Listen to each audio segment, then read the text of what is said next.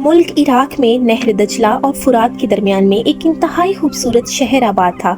ये शहर बहुत ज़्यादा खूबसूरत था। इसमें हरे भरे खेत थे, दरख्त थे, चश्मे थे, खूबसूरत पहाड़ थे और इस शहर की आबादी भी बहुत ज़्यादा थी और इस खूबसूरत शहर का नाम बाबुल था।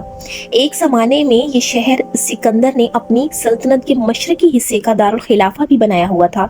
लेकिन ये जो शहर था बाहर से जितना खूबसूरत नज़र आता था, जितना हरा भरा नज़र आता था कि देखने वालों की आंखें फटी की फटी रह जाती थी और उनका दिल सहर नहीं होता था। इसको देखे बगैर दिल चाहता था कि इस खूबसूरत शहर को अंदर से भी जाके देखें। लेकिन अंदर से उस शहर के हालात कुछ ख़ास अच्छे नहीं थे, क्योंकि उस पर एक जालिम बादशाह हुकूमत करता था जिसका नाम था नमरूद बिन होश बिन हाम।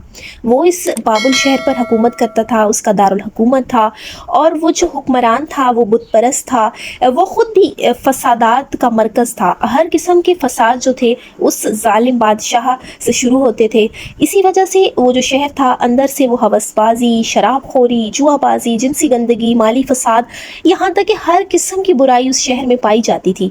और उस शहर के जो लोग थे वो भी मुख्तलिफ तबकात में बटे हुए थे। उन लोगों के अपने ही मज़हब थे, अपने तबके थे, उन्होंने अपने सरदार बनाए हुए थे, लेकिन उन पर जो हुकूमत करने वाला था वो नमरूद था और वो ख़ुद भी बहुत ज़्यादा जालिम था। उसको ना ही कोई परवाह थी किसी की, बस जो उसका दिल आता था वो यही वही करता था। अगर वो इसका कहना नहीं मानता था उस पर जुल्म करता था और वो एक मगरूर और खुद गर्ज शख्स था। और उसकी ज़िंदगी जो थी, उसका कोई लम्हा ज़िंदगी का ऐसा नहीं था जो गुनाह से आलूदा ना हुआ हो या उसने कोई ऐसी जो है फसाद ना किया हो कि जिससे लोगों को परेशानी हुई हो।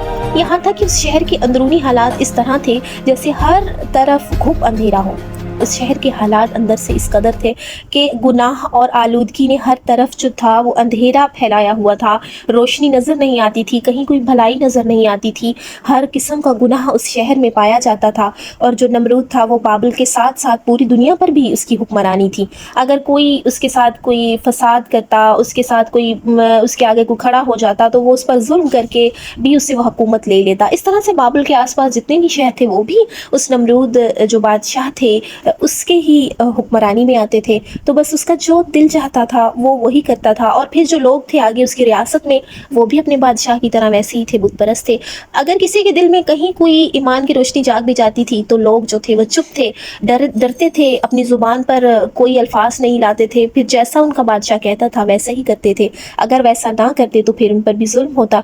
तो फिर जैसी रियासत थी वैसे ही आगे उसके लोग थे, जैसा बादशाह था वैसे ही आगे उसकी हुकूमत करने वाला जिस पर वो हुकूमत करता था लोग भी बिल्कुल वैसे ही थे।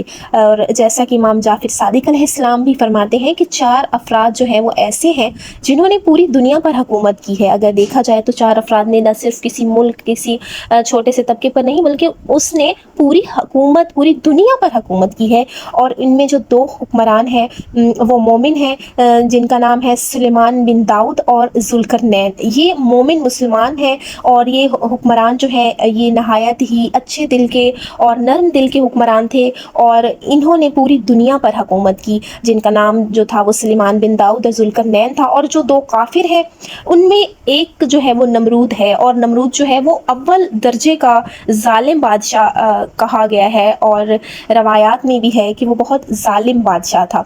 अब जब खुदावंद कदूस ने देखा कि हर तरफ जुल्म है, हर तरफ कुफ्र है, लोगों पर जुल्म हो रहा है, तो मेरे परवरदिगार जो है उसने दुखी लोगों का और दुखी लोगों के दिलों पर अपना जो है करम किया और इरादा किया कि एक ऐसा नेक और साहले रहबर को भेजे कि वो इन लोगों की मदद करे। जहालत की जो ये हर तरफ तारीकी है, बुत परस्ती है, इसको ख़त्म करे और लोगों के जो दिल हैं उनको नूर की रोशनी से मुनव्वर करे और ये जो तागूती ताकत है इसके चुंगल से नेक लोगों को छुड़ाए। और जो नमरूदी जालमों के नीचे जो है वो दबे हुए हैं वो लोग भी जिनके दिल में ईमान की रोशनी है उनको जो है वो मेरा रहबर जो है उनकी मदद करे।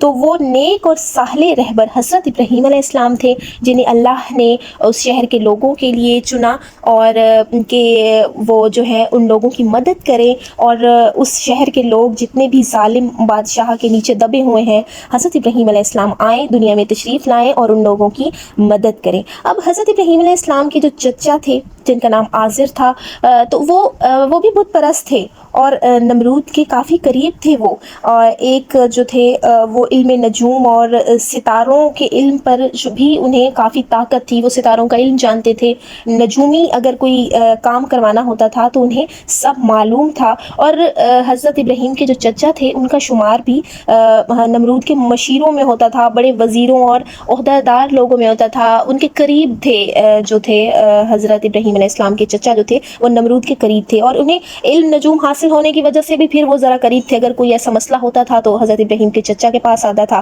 تو ایک دن جو ہے حضرت ابراہیم علیہ السلام کے جو چچا ہیں انہوں نے وہ علم معلوم کر رہے تھے ستاروں کا کہ آگے کیا حالات ہوں گے، اس سال کیا حالات ہوں گے، اس مہینے میں کیا حالات ہوں گے، کیا اس شہر کو اور ترقی حاصل ہوگی۔